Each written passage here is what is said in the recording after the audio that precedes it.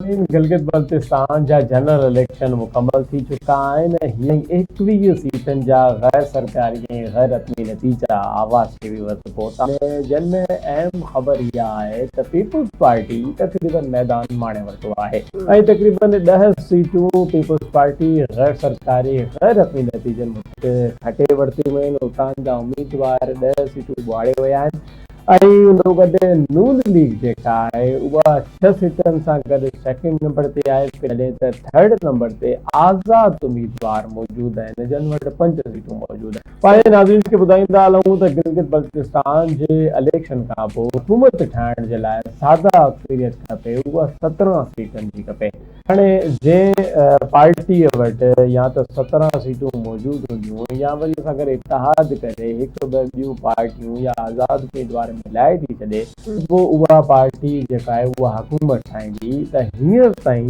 Peoples party मज़बूत थी रही आहे छो जो हुन वटि 10 सीटूं मौजूदु आहिनि। बिल्कुलु, ऐं मूंखे लॻे थो त जेके भुट्टो साहब ऐं फर्स्ट लेडी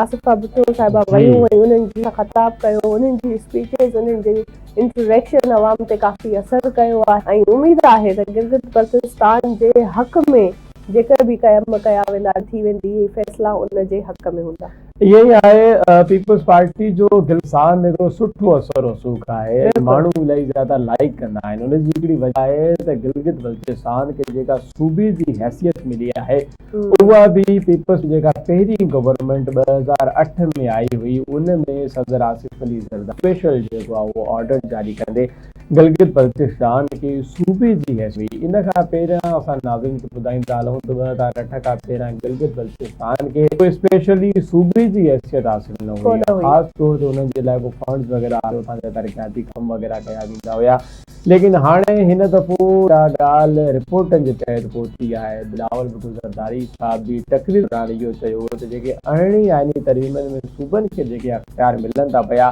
उहे अख़्तियार असां हाणे गिलगित बल्तिस्तान खे ॾींदासीं। यानी कि सूबो त 2008 में ठही वियो हो, लेकिन उन खां पोइ जेके अख़्तियारात हुया जेके शयूं उहे अञा ताईं हुननि ताईं न पहुची सघियूं छो जो उन खां पोइ वरी पीपल्स हुकूमत खां पोइ नून लीग जी हुकूमत आई, वरी नून लीग खां पोइ PTI जी हुकूमत। इन तरीक़े सां इहे शयूं थोरो मज़ीद वीक थींदी वयूं, पोइते थींदी वयूं ऐं हिन इलेक्शन ज़्यादातर इहा ॻाल्हि साम्हूं आई आहे। हिकिड़ी जेका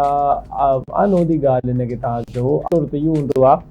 जंहिंजी बि गवर्नमेंट वफ़ाक़ में हूंदी आहे पाकिस्तान जे अंदरि ऑटोमेटिकली गिलगित बल्तिस्तान जे अंदरि खटंदी आहे। लेकिन हिन दफ़ो जेका वफ़ाक़ जे अंदरि हथा बुनियादी तौर ते त नून लीग जी आहे, पीपल्स पार्टी जी हुननि सां गॾु हिमायत शामिल आहे, लेकिन हुनजे बावजूदि पीपल्स पार्टी जेको आहे गिलगित बल्तिस्तान में फतह माणे वरिती आहे ऐं वधीक नंबर्स वधीक सीटूं जेके आहिनि